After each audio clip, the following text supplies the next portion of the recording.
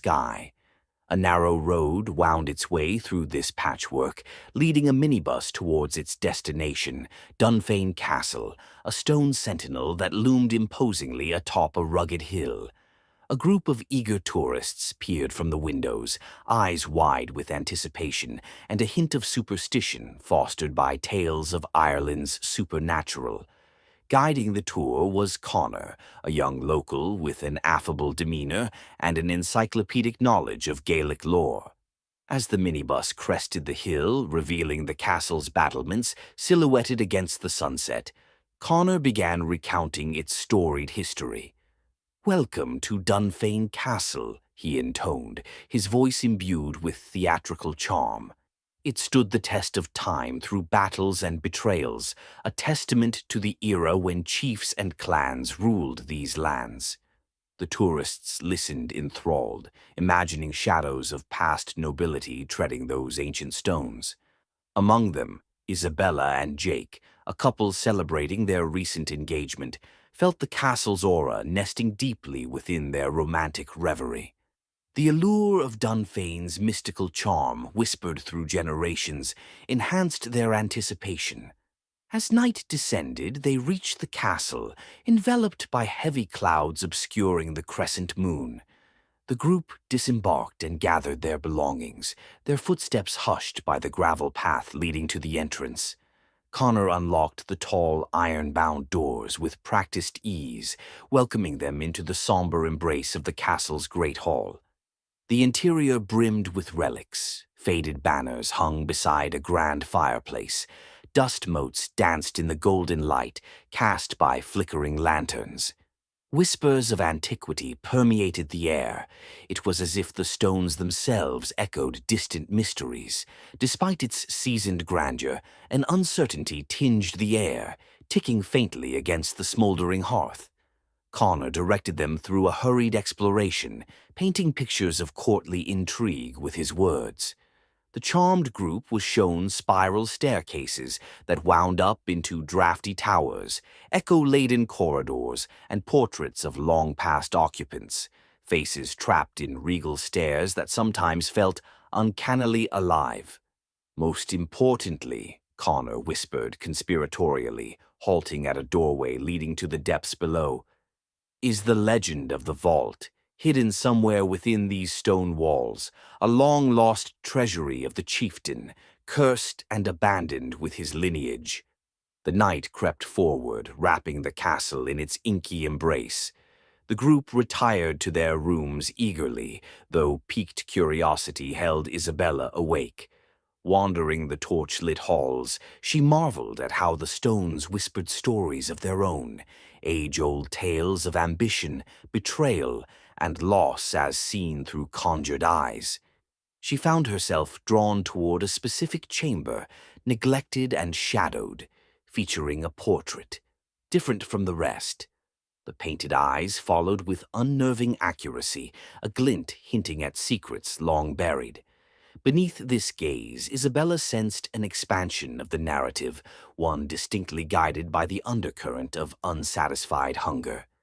Dreaming of hidden troves and veiled histories, Isabella meandered back, but sleep remained elusive. A chill invaded her mind, the eerie feeling of being watched intermingled with the castle's intense isolation, a guardian of truths unseen. The night settled deeply across Dunfane Castle as dreams traversed both the living and those unquiet. Suddenly the silence was shattered, an unnatural howling that rose from the depths, reverberating through stone and marrow alike, rousing remaining souls to wakefulness. Connor's voice, strained and hurried, called through the walls. "Come down, all of you. Something's stirring below." Gathering in confusion and haste, the group assembled, tremors of fear leapfrogging across their consciousness. The shadows thickened as Connor led them toward the source of the chilling wail emanating from the castle's underbelly, a passageway hidden behind brushing cobwebs, laden with secrets waiting to emerge. A sense of foreboding hung heavy.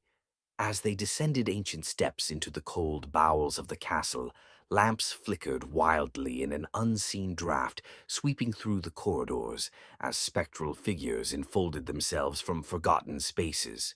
Crossing the bound threshold, they entered a sprawling chamber, its walls eerily suffused with a glow that revealed vaults and containers, long unopened. Collections of ancient wealth lay before them, tarnished and bound with chains steeped in ages past.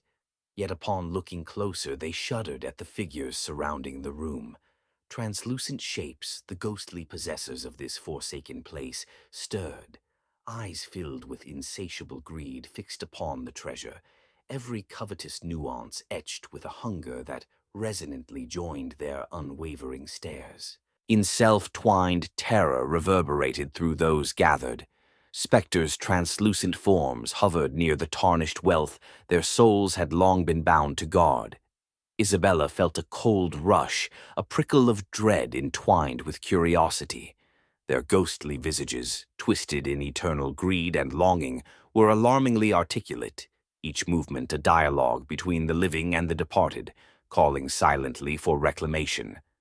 Every ghostly eye seemed locked on the group, particularly Isabella, as if seeing her not merely as an intruder, but as a potential savior. She caught the eye of the chieftain, a hollow gaze that communicated a depth of lifetimes, lost yet beseeching redemption. Though she trembled under their scrutiny, Isabella felt clarity blossom within her, a realization born of whispers that tides had shifted, and she was the key. The air grew thick with anticipation, a hypnotic symphony pulling at Isabella's consciousness. The tourists clung together, eyes wide, breaths quickened by the spectral drama unfolding. Connor, though pale, held a fervent light in his eyes, daring to believe in folklore truth given flesh. Isabella, heart pounding, stepped forward, courage woven from desperation and resolve. Her voice echoed in the chamber, encompassing more strength than felt. "What do you desire? Why linger bound to this place?" The chieftain's visage flickered as he spoke, voice like rustling leaves, carrying the gravity of ancestral tones. "Greed chained us here, lust for gold consumed our end, leaving us guardians of echoes. You, daring to ask and listen, might help us find release, a key to unshackle eternal watch." His words sparked understanding, a cursed cycle driven by avarice, needing the selflessness of the living. The treasure pulsed with binding force. Isabella recalled tales of cursed wealth, binding coveters to doom, a lesson in folly. In that moment, Isabella's fear gave way to determination. She had to exchange avarice for redemption, aiding spirits in relinquishing wealth. "Is there a way to free you?" Isabella pressed, stepping closer, the group observing with bated breath. "Yes," the chieftain replied, spectral form stabilizing, hope cresting. "A pledge, manifest through goodwill and action, gifted to the living, restoring balance disrupted by greed, must be honored. Let the vault's wealth serve people, breathing life into community." Isabella nodded, feeling a righteous ceremony within her thoughts, emboldening spirit. She turned to fellow tourists, voice imbued with vulnerability and mission strength.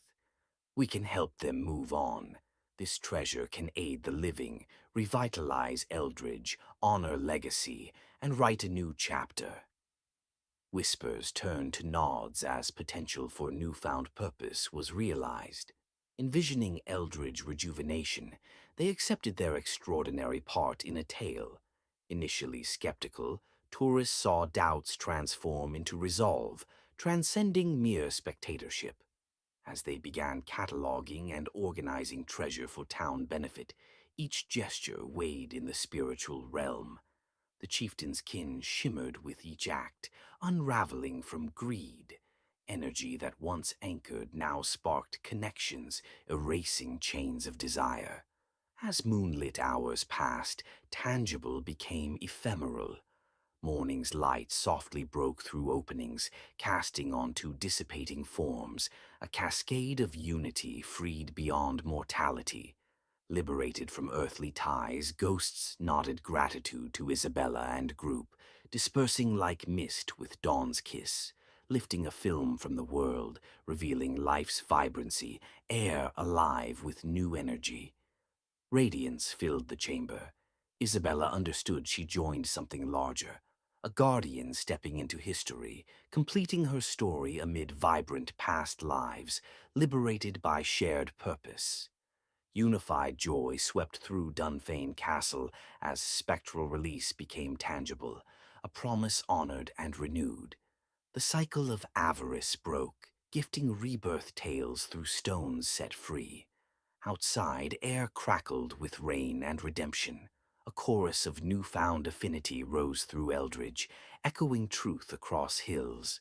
Harmony abides. As they left the castle, Isabella felt peace, knowing Spirit's release brought prosperity and solidarity. Starlight graced with wisdom, an enduring testament to courage, understanding, trust. Gentle wind whispered tales to stones, celebrating legacies embraced by life-giving hands. Though past's echoes lingered with redemption's embrace, Isabella knew she and companions secured a sanctuary within legend. Eldridge stood renewed by eternal fidelity, a victorious end to greed. In its wake rose a song, a requiem and renewal, a story for generations, binding people and spirits beyond time. Ethan Blake had always been captivated by the allure of the abandoned, of places where echoes of the past lingered long after humanity had departed. An intrepid traveler from Washington, Ethan made it his life's mission to explore sites steeped in history, where the heavy hands of time and tragedy left their marks. His exploits, captured vividly on social media, had taken him from the eerie ghost towns of the Wild West to the decaying charm of forgotten factories. Yet none captured the essence of what he sought like Chernobyl did. A modern-day Atlantis swallowed not by waves, but by radiation and regrowth. Ever since the meltdown in 1986, Chernobyl had transformed from a site of great loss to one of mysterious allure, drawing curiosity seekers like moths to a flame. Ethan arrived in the ghostly town of Pripyat in winter, the morning crisp, the air biting. A thick layer of snow covered the ground, masking the scars of the past beneath a serene white shroud. Geiger counter in hand, he was prepared for his greatest adventure yet, intent on delving deeper into the exclusion zone than any sanctioned tour could offer. As Ethan ventured through the deserted streets, the iconic Ferris wheel loomed in the distance, its rusting frame a skeletal silhouette against the pale sky. The scene was haunting in its serenity, a snapshot of a life abruptly interrupted. He wandered down Lenin Avenue, past the dilapidated swimming pools, the overgrown soccer fields, all eerily silent under nature's inexorable reclamation. While navigating this frozen tableau, Ethan noticed a narrow passageway veering away from the main route, barely discernible beneath the snow and creeping vines, an invitation from the past. Ignoring a flicker of unease, he followed it deep into the woods, the path becoming less distinct with each step. Around him, the forest whispered, a cacophony of unseen life hidden beneath the blanket of white, until finally it opened into a clearing dominated by an imposing concrete watchtower. The tower stood defiant against the encroaching wilderness, and with it came a sign, Tolku dla Personala, reserved for personnel only. Ethan's heart quickened with excitement, the undeniable allure of forbidden knowledge enticing him forward. He climbed cautiously, each step a journey through time, reaching the tower's observation platform with bated breath. There, through shattered panes of glass, he saw a figure